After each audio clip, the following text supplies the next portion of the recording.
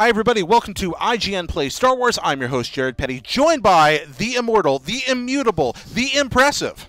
Immutable? Immutable. Unmovable. One who cannot be changed. This is a really extravagant introduction for a Let's Play of a Star Wars pinball game. You know what? Some of us really like Star You actually haven't said my name yet. No, I was waiting for you to say it. I'm Brian Altano. I'm here with Jared Petty here at IGN. We're playing tons of classic Star Wars games. Some good, some bad. This is actually one of the really cool ones. This came out a few years ago. Yeah, this is Pinball FX2's Star Wars pack. And we're going to jump in here and play the Hoth table because we're obsessed with The Empire Strikes Back around here, and we want to play every Hoth level ever designed if we can pull it off. It's not my favorite Star Wars film, but I'll go with it. It's not your favorite? No, I actually like Jedi better. Okay, you're one of those people. I'm one of those people. You know what? Those people are, you know, every playground needs a kid to beat up. It's okay. You're not that I'm advocating bullying, which is a terrible practice, and no one should do it. All right, so here we have Star Wars pinball going on. Oh, holy crap! There's a lightsaber. Okay, that right there. That's kind of wonderful. So yeah, something special about these games is obviously if you grew up in the 80s or 90s or 60s or 70s, you saw a lot of pinball tables in arcades. They were you know, gigantic sarcophaguses of lights and sounds and laser beams.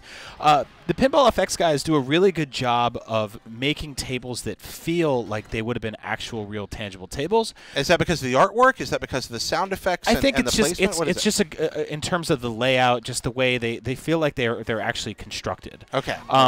But on top of that, there are things that happen in them that you would never really see happen in an actual pinball. For example, a lightsaber shooting out of the machine there, like it did earlier on. Or these asteroids and TIE fighters that are flying over the stage. I don't know about you. I had TIE fighters fly out of the Doctor Who machine I played the other day. What are you talking about?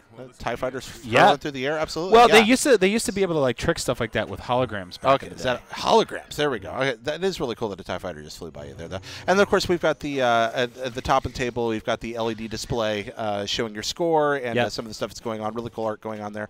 Do you like pinball, Brian? Do you play pinball? I enjoy pinball. I'm bad at pinball. You're bad at pinball. What about you? I'm in the same boat. I really enjoy pinball, but I in no way, shape, or form am proficient at it. There's a couple of tables that I can not completely embarrass myself on, but I'm not really any good. We have some real hardcore pinball guys in the office. Actually, Sam Claiborne here owns a Star Wars pinball machine and operates it. Yeah, and my good friend Scott Bromley would be very embarrassed watching me play right now because he owns about 5 or 6 pinball tables. And he restores them. I'm terrible. That's okay. One thing I want to show off here is the camera angles. Very cool. The different ways you could play a pinball table. Some of them are basically top down. This one is just head on. So okay, so you got to just dive right into the game. And I really like extreme. I like the plunger here because it's a lightsaber. Yeah, exactly. It's got so you got the Sith lightsabers going there. And then you got the other lightsaber at the top of the table. See the astromech droids up there higher above in the top left corner serving as bumpers. Just all kinds of neat things. Actually, if you could zoom out for a second, Brian, you can see that elevator in the bottom left. It's like from the Death Star bay. That comes into it. There's just all kinds of really great flavor in this. So yeah, this is another. Oh, holy so now we've crap. got like these sort of mini boss fights that happen. They get triggered by certain events. Okay, and he's shooting that flipper. He's not a fan of it. No, that's from the classic scene in Empire Strikes Back, where the stormtrooper has to shoot the giant pinball table that the rebels have constructed. I remember that. Is that why you like Jedi better? Yeah, because it doesn't have any pinball tables. No pinball tables. There are several pinball tables in this pack that are based on. There's one based on the Battle of Hoth. There's one based on Boba Fett has his own table. Okay. Specifically, which is really cool. Is it called I looked really cool and then died in a moment of comic relief? Yes. Okay, the table? Yeah, because that's what, oh, there we go. So, I'm surprised you didn't brap it. I guess you can't fit that in 3 letters. Or that's burp. Right. I don't know how to do that. Anyway, Brian, thank you so much for coming in and giving us a look at this. Once again, IGN Plays Star Wars. We are journeying through the good, the bad, the weird, and the wild of Star Wars video games. You want to take a look at another table? We'll pop in there real quick, you want to do that, and we'll just give them a peek because, like I Boba said, Fett. Boba Fett. I'm a huge Return of the Jedi guy, and this stage actually has tons of nods to that. Yeah. So you like Jedi better. I need you to justify this for us here.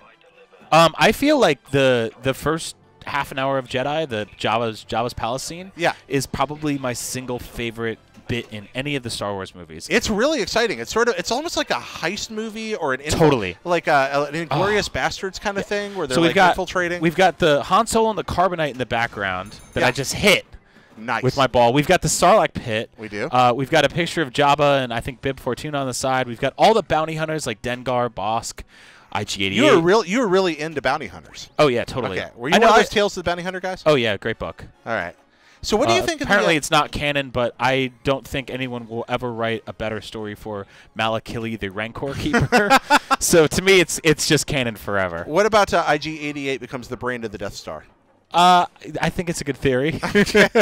What do you think of the recent statement that one of the Lucasfilm story group guys made about Boba Fett, now that the EU has been rebooted, about Boba Fett in the Sarlacc pit, and he said Boba Fett is both alive and dead in the Sarlacc. Kind of a Schrodinger's cat thing. What do you think of that?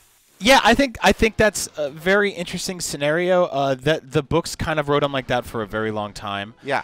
To me, I think you've kind of hinted at it before, but he's a character we see for a little while, and he's like totally romanticized over those moments. Yeah. And I think that giving too much backstory, front story, or exposition as to why he's still here is kind of takes away from the magic of it. Yeah. It's something that the prequels did was give him this incredibly unnecessary family history and backstory and stuff like that. And I kind of like characters that are sort of shrouded in mystique. Absolutely. Darth Vader is a very cool character until you see him as a child. And then you're like, you're a terrible person. Yeah. We just hate you. We hate you now, Darth Vader. Yeah, because Boba Fett, he gets a few really great moments. We see him on. Get a good look at Jabba up there in the upper left. Oh yeah, we see him on the bridge in The Empire Strikes Back, and he's all like, Darth Vader's like, no disintegrations. As you, and we're like, oh, this guy must really be awesome. Then the next time we see him, he's outsmarted Han Solo and figured out his garbage dump trick. And then the next time we see him, he's standing there like, he's worth a lot to me. To Darth Vader, again. Yeah. And then finally, he's shooting at Luke Skywalker, and he may be the only person in Star Wars that shoots at Luke Skywalker and doesn't die. I know. So really, it's kind of a he's a tough dude. And then he gets killed comically when a blind man strikes him in the back with a spear. Yeah, he's a very fascinating character, right? Yeah. And there's something interesting about his costume design, how sort of diametric it is. Everything he has that thing on the top left of his hat, and then he's got this kind of cape on the bottom right. Yeah, like the short cape. The short cape. That's right. That's the way to go. All right, Brian. Any more about this table? The Jabba does look really good up there when you pop up and see him. Anything else about this table you want to point out? It does a lot of cool stuff if you get really good at it. I'm sadly not that great. I've lasted longer than usual. Well, here we go. Okay. Get a little Jabba the Hutt cutscene where he talks to Boba Fett for the first time, and he's basically like, he's basically saying, can you please go shoot that dumb ball that keeps destroying my house? Better to get a Jabba the Hutt than a Watto, that's for certain. All right, so popping along here, and you've lit up 3 letters out of his name. Do you think you're going to make the Boba? No, not even close. Like I said, I'm bad at pinball, but I love Star Wars, so this is fun. That's okay. Being bad at video games is no reason not to play them. If being bad at video games was a qualification for loving them, I would never be able to work here. That's true. I'm terrible at them. I just enjoy them. So, yeah, I think that's good, guys. Once again, thank you so much for watching IGN Play Star Wars. Join us again for our next edition very soon. Check out Rebel Base, IGN's Star Wars podcast, the IGN Star Wars Wiki, et al., etc. Thank you, Brian Altano, for being here and for being immutable. Thank you. I don't know if you're technically immutable in reality. I don't know if you're. I think you are immutable when you desire to be, but you change when wisdom requires it. Thank you very much. All right. So, and for everything Star Wars, you're in the right place here with your friends at Ye Old IGN. Bye. Return of the Jedi, best Star Wars movie. That's not true.